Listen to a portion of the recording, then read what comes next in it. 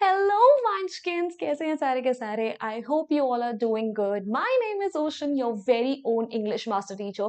और आज आपकी इंग्लिश मास्टर टीचर आपको बताने वाली है कि कैसे बचे हुए 3 महीनों में यानी कि नवंबर, दिसंबर, जनवरी सिर्फ इन 3 महीनों का इस्तेमाल करके आप अपनी इंग्लिश की तैयारी पूरी कर सकते हो even if you haven't touched your books yet. And also the key characteristic of this strategy is कि आपको बहुत ज़्यादा घंटे नहीं सिर्फ 2 घंटे डेली के मुझे देने पड़ेंगे एंड आई प्रॉमिस यू कि अगर आपने ऐसा कर लिया तो अगर अभी तक भी आपने इंग्लिश को नहीं छुआ था तब भी आप अपने इंग्लिश के एग्जाम में बहुत अच्छे नंबर लेकर आएंगे because I know English is one such subject जिसपे बच्चे स्टार्टिंग में ध्यान नहीं देते but as their exam start approaching that is when they realize कि ओ इंग्लिश भी तो एक सब्जेक्ट है उसकी भी तो तैयारी करनी है.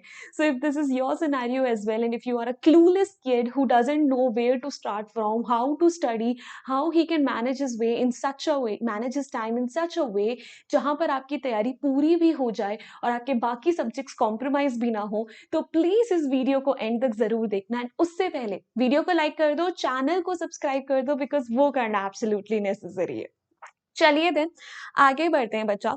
तो फिर सबसे पहले हम देखते हैं कि हमारे पास टाइम कितना बचा है. देखो अक्टूबर आपका ऑलमोस्ट जा चुका है which means that you are only left with November, December and January because February वैसे भी आपका जो है उस टाइम के एंड तक आपके एग्जाम स्टार्ट हो जाते हैं एंड उस पीरियड में आई एम होपिंग कि आप लोगों को रिविजन का भी एक टाइम चाहिए होगा जहाँ पे बचे हुए सब्जेक्ट्स के आप काम कर रहे होगे and all of that stuff what ever. Even if you have February in your hand now तब भी मैं आपसे सिर्फ 3 महीने डिमांड कर रही हूँ नवंबर, दिसंबर एंड जनवरी कि मुझे बस ये 3 महीने दे दीजिए और इन 3 महीनों में अपनी डेडिकेशन दे दीजिए हर दिन 2 घंटे की एंड आई प्रॉमिस यू कि आपके इंग्लिश का सिलेबस आपको थरो हो जाएगा.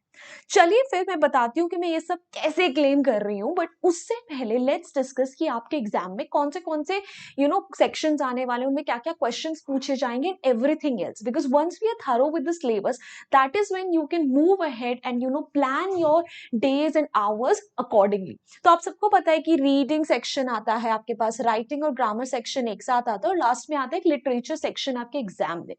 रीडिंग सेक्शन में जहां आपके पास 2 अनसीन पैसेजेस होते हैं, एक डिस्कर्सिव और एक केस बेस्ड पैसेज होता है और वहीं आपके राइटिंग सेक्शन में आपके पास एक डिस्क्रिप्टिव पैराग्राफ, डायरी एंट्री और स्टोरी राइटिंग होती है जिसमें आपके पास 2 क्वेश्चंस के बीच में एक ऑप्शन दिया होता है बट प्रिपरेशन आपको इन तीनों के तीनों चीजों की ही करनी पड़ेगी. उसके अलावा हमारे पास ग्रामर सेक्शन में आपको पता है कि 5 टॉपिक्स हैं इन हैंड जहां पे tenses, models, subject verb agreement, determiners और रिपोर्टेड स्पीच भी आ जाते हैं. अब यहाँ पर मैं सिलेबस पे और पेपर पैटर्न पे फोकस नहीं कर रही हूँ बिकॉज वो हम ऑलरेडी काफी बार डिस्कस कर चुके हैं. I just want to give you a quick review of your syllabus so that you know these are all the things and all the topics that you need to prepare for your exam. अब grammar section करने के बाद literature में आप सबके पास आपको पता है कि 2 किताबें हैं जिसमें बीहाइव के प्रो सेक्शन में आपके पास 9 चैप्टर्स आ जाते हैं. ठीक है, और इन 9 चैप्टर्स में भी आपके पास ना रीच फॉर द टॉप जो है और साथ साथ आपका एक साउंड ऑफ म्यूजिक, इसके भी 2 पार्ट्स हैं, सब पार्ट्स हैं. ठीक है, तो कहीं ना कहीं आप बोल सकते हो कि आपके पास 11 टॉपिक्स हैं, 11 चैप्टर्स हैं प्रिपेयर करने के लिए बिकॉज इनके भी सब टॉपिक्स हैं. उसके अलावा पोम सेक्शन में you have 8 poems to prepare for yourself जिसमें से आपकी लेक आइल ऑफ इनिस्फ्री, ठीक है, और स्लम्बर्ड इन माय स्पिरिट सी, ये बहुत ही छोटी छोटी पोम्स हैं, ज्यादा बड़ी नहीं है. और उसके साथ साथ a legend of Northland is one of the easiest poems to understand जिसको पढ़ के भी इंसान आराम से समझ सकता है. So now you have an idea कि हाँ कौन सी पोम्स हैं जो मैं आराम से पढ़ सकता हूँ, अंडरस्टैंड कर सकता हूँ, जिन्हें प्रिपेयर करने में ज्यादा टाइम नहीं लगेगा. फिर अगर हम सप्लीमेंट्री बुक की बात करें तो वहां पे अगेन आपके पास ये 8 चैप्टर्स आ जाते हैं टू प्रिपेयर. सो ओवरऑल अगर आप इन्हें ऐड करोगे ना तो आपके पास कहीं ना कहीं 27 टॉपिक्स हैं टू प्रिपेयर. तो वहीं आपके ग्रामर के 5 टॉपिक्स हैं, इसके 27 टॉपिक्स हैं, राइटिंग सेक्शन के 3 टॉपिक्स हैं, descriptive paragraph, story writing, diary entry, और उसके अलावा आपके पास रीडिंग सेक्शन के लिए 2 टॉपिक्स हैं, डिस्कर्सिव पैसेज और केस बेस्ड पैसेज. ऑलराइट, तो इन सबको हमें अब प्रिपेयर करना है 90 दिनों के अंदर अंदर। अब ये 90 दिन जो है ना, इसके अंदर कहीं ना कहीं आपके पास पता है छुट्टियां आएंगी, विंटर हॉलीडेज आएंगे, उसके अलावा भी आपका दिवाली ब्रेक आएगा। ठीक है, तो अगर ऐसे कुछ दिन बीच में आ जाते हैं जहां पर आप प्रिपरेशन नहीं कर पा रहे हो, for let's say you have your unit test or may be you have to go somewhere or you fall sick, so आप अपने संडेज में और ये सारे लीव्स में ट्राई करना कि आप 4 घंटे की प्रिपरेशन कर लो, ताकि आप 2 दिन एक साथ कवर कर सको। Because all I am gonna ask for is कि 90 डेज में आपको सिर्फ मुझे डेली 2 घंटे देने हैं। एंड स्टिल आप देखोगे इसके अंदर आपके पास बहुत सारा स्कोप है जहां पे आप रिवाइज कर सको, अपने डिफिकल्ट टॉपिक्स को और अच्छे से पढ़ सको, सिर्फ 2 घंटे डेली देकर। तो भाई सबसे पहले हम लिटरेचर की बात करते हैं। ठीक है, तो आपके पास ओवरऑल मोटे मोटे 25 टॉपिक्स है, मैंने 27 बोले थे बिकॉज हमारे पास रीच फॉर द टॉप और द साउंड ऑफ म्यूजिक के 2 सब पार्ट्स है। अगर उनमें भी हम एक एक चैप्टर को ही मान ले कि चलो वो दोनों पार्ट्स एक ही चैप्टर में आते हैं, because the both the parts are very small, ठीक है, वेरी कंसाइज। तो ओवरऑल आपके पास 25 टॉपिक्स हैं। अब मैं आपको बोल रही हूं कि आपको हर टॉपिक को देने हैं 2 दिन। 2 दिन का मतलब क्या है कि आपको 4 घंटे लगाने हैं एक चैप्टर के लिए। अब आप हर चैप्टर या हर पोम को प्रिपेयर करते हुए आपका क्या पैटर्न होना चाहिए कि पहला जो 1 घंटा है ना, उसके अंदर आपको चैप्टर को रीड करना है और कोई भी एक वन शॉट वीडियो देखनी है उस चैप्टर या पोम से रिलेटेड, जहां पे आपके पास थीम्स, लिटरेरी डिवाइसेस, उसके अलावा कैरेक्टर स्केचेस, सब कुछ कवर होना चाहिए। और ये करने में आपको 1 घंटे से ज्यादा नहीं लगेगा अगर आप स्पेसिफिकली मेरी वीडियोस फॉलो कर रहे हो। बिकॉज कोई भी चैप्टर पढ़ने में आपको कितना टाइम लगेगा, 15 मिनट, 20 मिनट। उसके अलावा वन शॉट वीडियोस जो मेरी सारी की सारी है वो 20 से 25 मिनट के बीच में ही वैरी करती है। उसमें भी आप चाहो तो आप अपना स्टार्टिंग का इंट्रोडक्शन और लास्ट का जो मेरा शेयर लाइफ वो सब है हटा दोगे, तब भी आप आराम से थरो तरीके से उसको सुन सकते हो एंड 1 घंटे में कंफर्टेबली उसे कवर कर सकते हो। तो इस 1 घंटे में अब आपको पता है कि इस चैप्टर की स्टोरी क्या है, ये पोम में कौन से लिटरेरी डिवाइसेस है, थीम क्या है। ठीक है, so now you are ready to answer the questions. तो उसके बाद आपको क्या करना है कि 3 घंटे देने हैं एनसीईआरटी को प्रैक्टिस करने के लिए। आपके पास एनसीईआरटी में जितने भी क्वेश्चंस गिवन हैं आप उनको उठा लीजिए। देयर आर सर्टेन चैप्टर्स जिनके लिए एनसीईआरटी में एम्पल अमाउंट ऑफ क्वेश्चंस नहीं है, तो आप अपनी कोई भी रेफरेंस बुक उठाकर वहां से भी पढ़ाई कर सकते हो। अब रेफरेंस बुक आप चाहो तो अरिहंत की ले लो, आप चाहे तो एडुकार्ट की ले लो, आप चाहे तो ओसवाल की ले लो। ठीक है, lot of reference books are available out there in the market, बस मेक श्योर करना कि वो आपकी लेटेस्ट ईयर की हो, ताकि आपको लेटेस्ट पैटर्न ऑफ क्वेश्चंस ही मिले। अब अगर आप 2 दिन पर चैप्टर को दे रहे हो तो इन सब चैप्टर्स को कवर करने में आपको लग जाएंगे 50 दिन। तो लिटरेचर को आपको मोटा मोटा मेजर पोर्शन देना है 90 दिनों का, जहां पे आप इन सबको अच्छे से प्रिपेयर कर लो। तो अभी तक हमने अब 50 दिनों में लिटरेचर के सारे चैप्टर्स, पोम्स पढ़ लिए हैं, उनसे रिलेटेड सारे नोट्स देख लिए हैं और अच्छे खासे क्वेश्चंस भी हमने प्रैक्टिस कर लिए हैं। अब उसके बाद ग्रामर के आपके पास पता है आपको 5 टॉपिक्स है, राइट। तो मैं क्या चाहती हूं कि ग्रामर के आप स्टार्टिंग के 5 दिनों में आप सारे के सारे टॉपिक्स और रूल्स को अंडरस्टैंड कर लो। कहां से? You can watch any of my videos. ठीक है, ऐसा नहीं है कि कोई भी ग्रामर के टॉपिक की आपको वीडियो कवर करने में 1 घंटे से ज्यादा लगेगा, बिकॉज हार्डली सारे के सारे टॉपिक्स के लिए 2 या 3 वीडियोस बनी है and every video is like of 20 minutes, जहां पे एंड में क्वेश्चन भी होते हैं। या आप चाहो तो अगर वन शॉट भी देख सकते हो, if you have a fair idea of your grammar topics. तो वन शॉट तो वैसे भी मेरे 20 मिनट से ज्यादा नहीं है and I cover all the aspects, all the rules that you need to know in order to attempt questions related to your boards and for your 9th class for grammar topics। तो अगर आप मेरे one shots या videos देख लो, enough है। तो आपने पहले के 5 दिन लगा दिए अपने आप को सारे के सारे रूल्स वगैरह समझाने के लिए, जहां पे लेट मी टेल यू हर दिन आपको 2 घंटे मिल रहे हैं।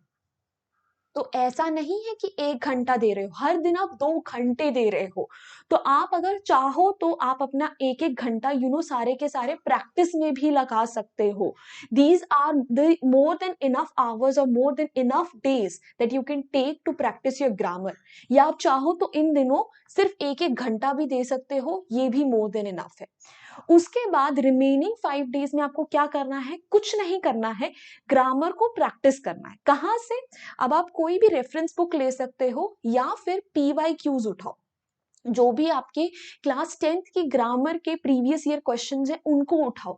Why am I saying that? Because 9th और 10th का ग्रामर का सिलेबस एग्जैक्टली सेम है। तो अगर आप पिछले 5 ईयर के भी पीवाईक्यूज प्रैक्टिस कर लेते हो तो आपको एक सेट में मिलेंगे, एक क्वेश्चन पेपर में 12 क्वेश्चन फ्रॉम ग्रामर। सो 12 5 60 तो आप वहीं से प्रैक्टिस कर सकते हो। और अगर कोई रेफरेंस बुक है तो वहां से भी ले लो। सो इसके लिए आपको ओवरऑल लगेंगे 10 दिन।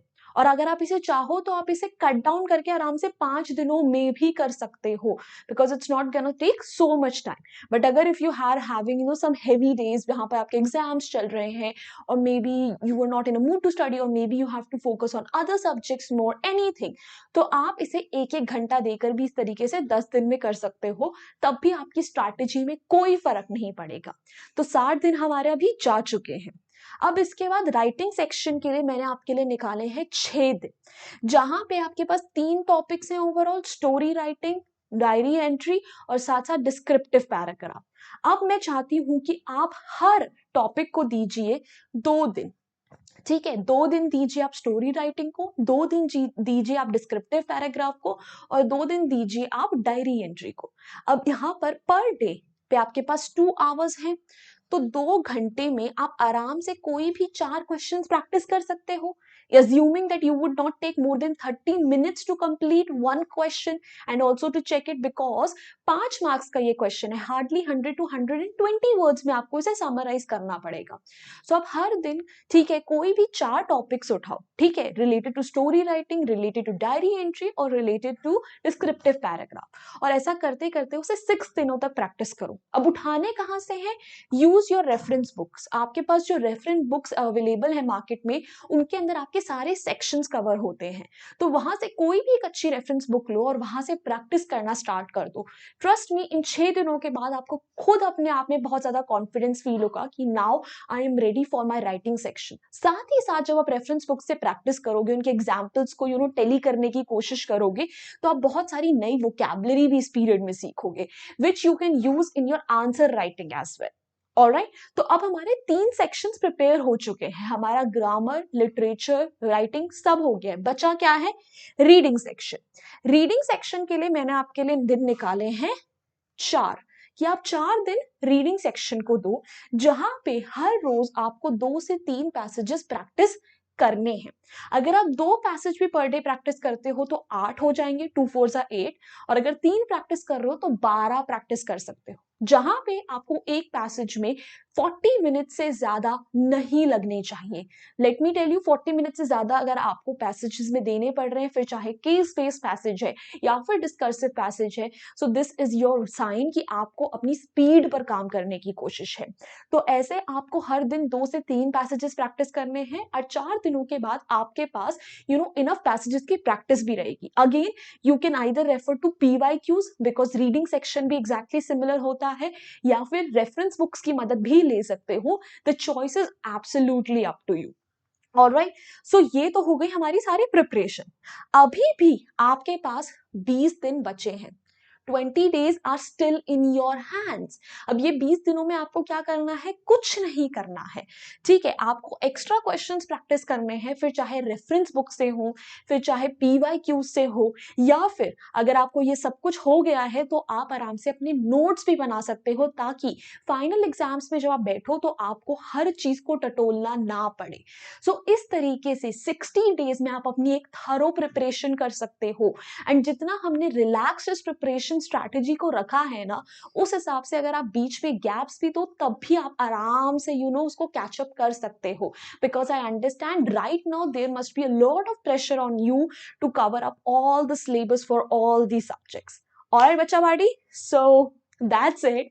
अगर आपको ऐसी अमेजिंग अमेजिंग वीडियोस के रिमाइंडर्स, बीटीएस, पीडीएफ्स चाहिए, सो हमारे टेलीग्राम चैनल का link is given in the description box. Go ahead, join our community over there for more such amazing videos ka content. Also, this is my Instagram handle if any of you would like to reach out to me personally. So this is where you can find me. Feel free to drop a message. for any of your study or non-study related problems. Also guys, let me tell you that we have also started with shorts channel for each of your subjects, जहाँ पे हर teacher आपके लिए amazing shorts डालते हैं, including English का shorts channel where every week I put up shorts to help you with your grammar, vocabulary. Also वहाँ पे हर हफ्ते मैं ऐसे shorts डाल रही हूँ where I'm trying to cover your all the chapters and poems within 60 seconds. So what are you waiting for? Go ahead, check out that channel as well. The link is given in the description box, and if you enjoyed this video, make sure you hit the like button. Do not forget to subscribe to our channel and share this video out with your friends.